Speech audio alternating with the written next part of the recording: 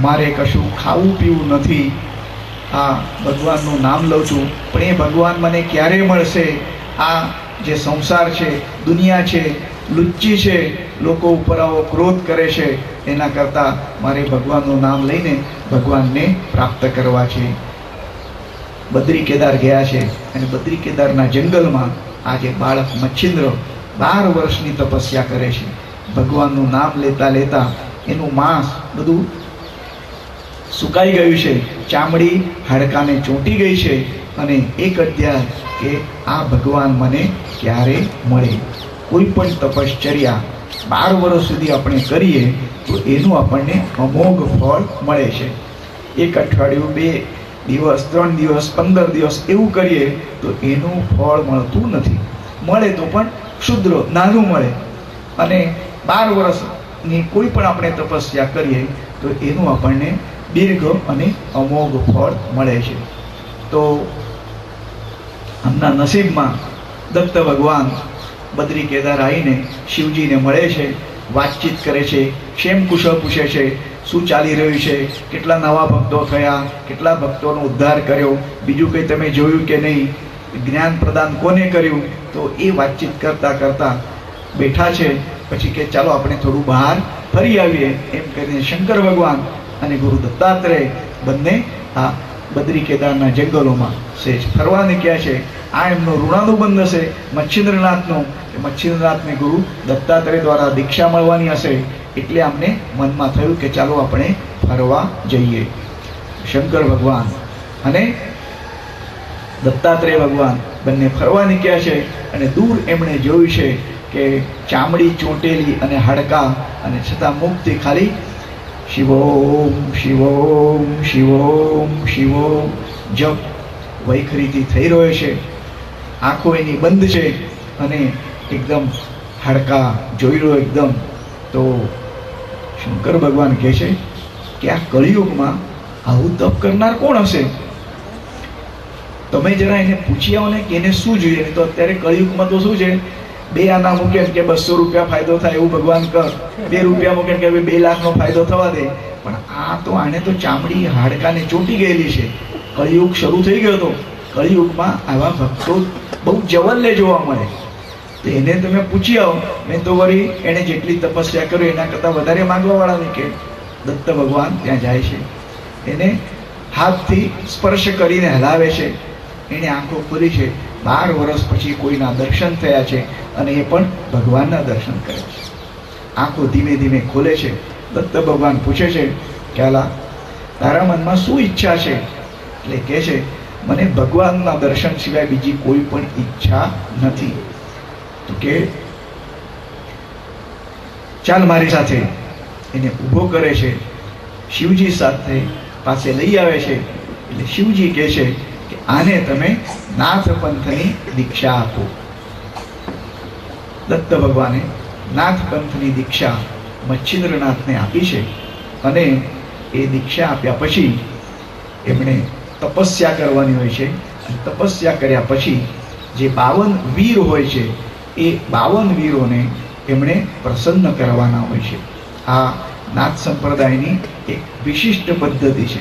ખાલી એક દૈવત કે એવું કશું નહીં કે ચલો તમને ગુરુ મળી ગયા એટલે બધું પતી ગયું, એવું નહીં. ગુરુ મળ્યા, ગુરુપદિષ્ટ ઉપાસનાનો જે માર્ગ કયો, આમની ઉપાસના કેવી હોય છે કે લોહ કંટક પાદાંગુષ્ટ.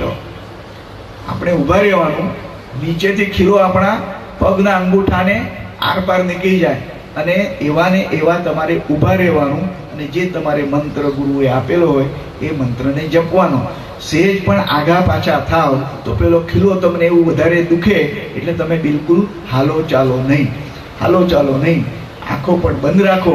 તો એ રીતથી જે તપસ્યા કરતા કરતા મન જે અંતર્મુખ થાય, અને મન અંતર્મુખ થઈને એક તો મનનો લય થાય એટલે જે આત્મા છે એ આત્મા પ્રકાશે એટલે આત્મા સો પરમાત્મા. એટલે પરમાત્માની બધી જ શક્તિ એ આત્મામાં આવે, બંને અભિન્ન થઈ જાય. તો એ આ નાથ સંપ્રદાયની પરંપરા છે. અને તપસ્યા અને ખડતર છે, કઠોર છે, એમ સીધી સાદી નથી. દરેક વખતે એમણે પગના અંગૂઠામાં જે પણ આ યોગ્યો થઈ ગયા, ખીલો નીચેથી ઠોકવાનો, એના ઉપર તમારે ઊભા રહેવાનું અને ઊભા પછી તમારે જપ કરવાનું. અને એવા પણ 12 વર્ષ સુધી ખાવાનું નહીં, પીવાનું નહીં, વાયુ ભક્ષણ કરવાનું એવું લખ્યું છે. છતાં પણ જે તમારી અંદર રહેલો પ્રાણ છે એ એવો ને એવો જ રહે છે. શરીર ભલે સુકાઈ જાય, માંસ સુકાઈ જાય, પણ આત્મા તો એવો ને એવો જ રહે છે. ઉલટો વધારે પ્રકાશિત થાય છે. તો ગોરક્ષનાથને દત્ત ભગવાને દીક્ષા આપી અને તપસ્યામાં બેસાડ્યો છે. બેસાડ્યા પછી ફરી પાછા શંકર ભગવાન પાસે લઈ આવે છે કે આને તો તપસ્યા પૂરી કરી દીધી. એટલે પછી કહે છે કે આગળનો પણ તમને માર્ગ બતાડું છું. જ્યોતિન્દ્રભાઈ કેટલું આગળ જવાનું કે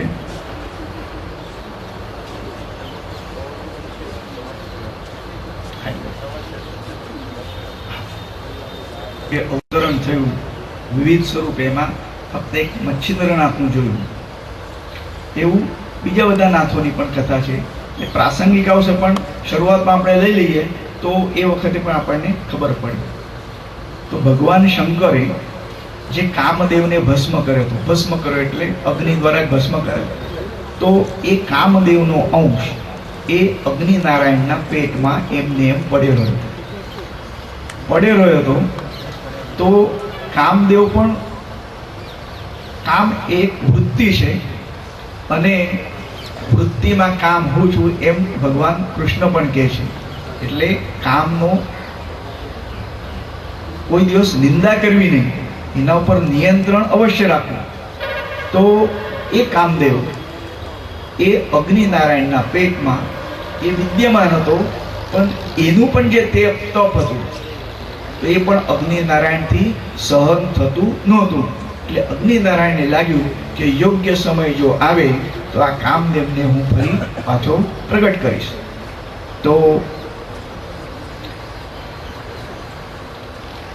જન્મે જય રાજા જે થઈ ગયો, મહાભારતમાં આપણે સાંભળ્યું છે, શ્રીમદ ભાગવતમાં પણ આવે છે.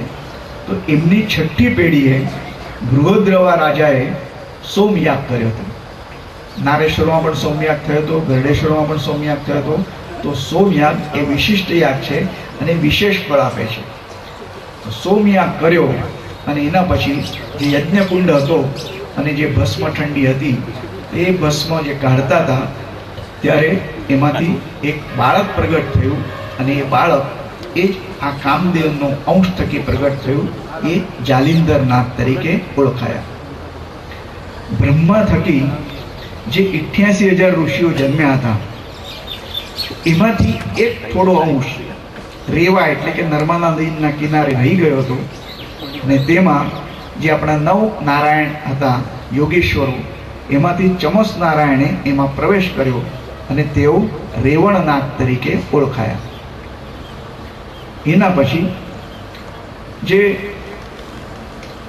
તક્ષકની કન્યા પદ્મિની હતી, તો એણે પણ એક અંશ, સાપણ હતી નાગણ, એણે એક અંશ ખાધો અને એમાં આવિર્હોત્ર નારાયણે પ્રવેશ કર્યો અને તેના થકી જે બાળક જન્મ્યું એનું નામ નાગનાથ. નાગ થકી એ જન્મ્યા એટલે નાગનાથ.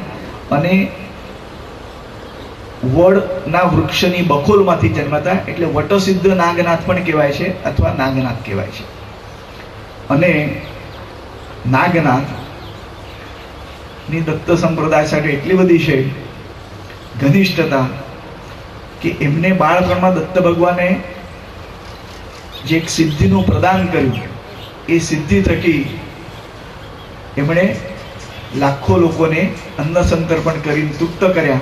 પછી એમને ખબર પડી કે આ સિદ્ધિ આપનાર દત્ત ભગવાનને મારે જોવા છે. કેવી રીતે જોવા છે અને પૂછ્યું તો એમના પિતાશ્રીએ કહ્યું કે ભાઈ દત્ત ભગવાન તો આખા ભારતમાં ફરે છે, પણ કોલ્હાપુરમાં એ ભિક્ષા લે છે.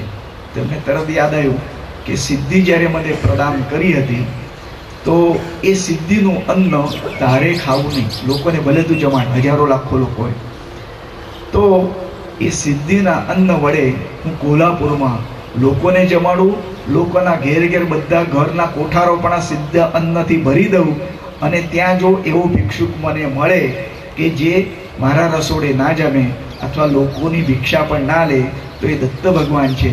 તો એ દત્ત ભગવાનને હું એ રીતથી પ્રાપ્ત કરું. કોલ્હાપુર ભિક્ષાટન દત્ત, એ જે બાપજીએ નામ લખ્યું છે, અથવા નામ સંકીર્તનમાં શ્રી દત્ત દત્ત કરવીર સુભિક્ષ દત્ત. કરવીર એટલે કોલ્હાપુર સંસ્કૃત નામ છે. તો એના વિશેની જે આ કથા છે, તો એ કથા આ નવનાથ ચરિત્રમાં આવે છે. એ પ્રસંગે આવશે એટલે એનું આપણે વિવેચન કરીશું. મચ્છિન્દ્રનાથે એક નિસંતાન સ્ત્રીને સૂર્ય મંત્રથી મંત્રીને એક વિભૂતિ આપી અને કહ્યું કે તું આનું સેવન કરજે તો તને પુત્ર સંતાન થશે, અને એ સંતાન તું તારી પાસે 12 વર્ષ રાખ, એના પછી હું એને પોતે દીક્ષા આપીશ અને એને નાથ બનાવીશ, સમર્થ બનાવીશ. પેલી સ્ત્રીએ આજુબાજુ બહેનોને વાત કરી કે જોજે આવા બધા જોગટાઓ તો બહુ ભટકે છે, અને આ લોકો તો કંઈ કહેવાય નહીં, સ્ત્રીઓને જોઈને એને કૂતરી બનાવે, દોરી વડે બાંધી દે અને રાત્રે ફરી પાછા સ્ત્રી કરે. તો આવા જોગટાઓનું તારે સાંભળવું નહીં, અને જોજે એવું કંઈ ભસ્મ લીધું હોય તો નાખી દેજે. પેલી એકદમ ગભરાઈ ગઈ, તો શું કરવાનું? એટલે જ્યાં ઉકરડો ને છાણ ને ગાયને છાણ ને બધું નાખે એ તે વિભૂતિ નાખી દીધી.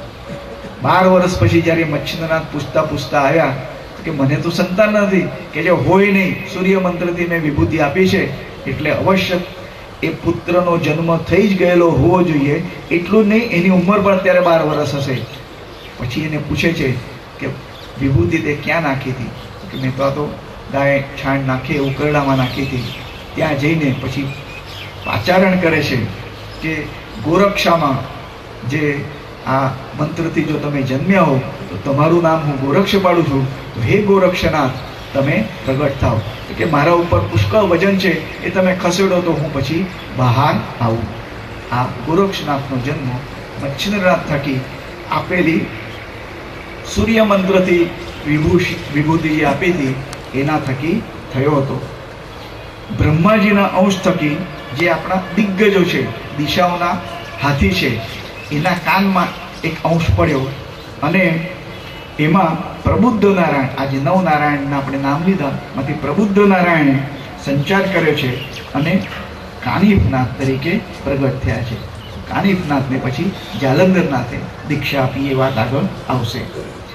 ગોરક્ષનાથ હતા જેમનો અયોનિક જન્મ છે. આ જો બધાના ક્યાંય એ રીતથી જન્મ એમનો થયો નથી. તો ગોરક્ષનાથ ને સંજીવની મંત્ર આપ્યો હતો કે તારે આ જપ કરવાનું, ભિક્ષા માંગી લેવાની. ઉંમર 12 થી 14 વર્ષ મોડા વાટે એ જપ કરતા હતા. ગામના બાળકો હંમેશા લોકો તીર્થાટન કરે, નાથ યોગીઓ એક ગામથી બીજે જાય, બીજેથી ત્રીજે જાય, ત્રીજેથી ચોથે. ઉંમર 12-14 વર્ષ એટલે સરખા વય ના હોય તો એમની સાથે આ ગોરક્ષનાથ રમે પણ ખરા, પણ ગુરુએ કહેલો મંત્ર એ મનમાં સતત જપતા રહે. તો એમને કહ્યું કે ગોરક્ષ, અમારે એક ગાડું બનાવવાનું છે, બળદ ગાડું, એનું ગાડું તો કે અમે બનાવીશું, એનો જે માણસ છે ને ગાડાવાન, એ અમને બનાવતા આવડતો નથી. તને જો બનાવતા આવડતો હોય તો જરા બનાવી દે ને. ગોરક્ષ કે મેં પણ ટ્રાય કર્યો નથી, પ્રયત્ન કરી જાઉં. અને માટીના પુતળામાંથી માનવાકૃતિ એમને તૈયાર કરી છે, અને મનમાં જે સંજીવની મંત્ર જપતો હતો એ તરત એ પુતળું જીવતું થઈ ગયું છે. તો એ પણ ગૈનીનાથ, જેમણે આ જ્ઞાનેશ્વરના મોટા ભાઈ નિવૃત્તિનાથને દીક્ષા આપી હતી, અને સોહિરોબાને પણ દીક્ષા આપવા માટે બીજા જન્મે ફરી પાછા પધાર્યા હતા. આ બધાનો જન્મ અયોનિશ છે. માટીના પુતળામાં પણ મંત્ર સંજીવની મંત્ર બોલતા બોલતા તરત એ જીવતા થઈ ગયા છે. પછી શુકાચાર્યએ જ્યાં સમાધિ લીધી છે ત્યાં મંદરાચલ પર્વત પર આ 9 યોગીશ્વરો જે નારાયણના અંશ થકી જન્મ્યા હતા એમણે સમાધિ લીધી, અને પછી આ નવનાથ તરીકે પ્રગટ્યા છે. તો આ રીતથી આપણે નવનાથ વિશે પ્રારંભિક જાણ્યું. આજે તો સમય થઈ ગયો છે, બાકી હવે કાલે વિવેચન એ રીતથી કરીશું.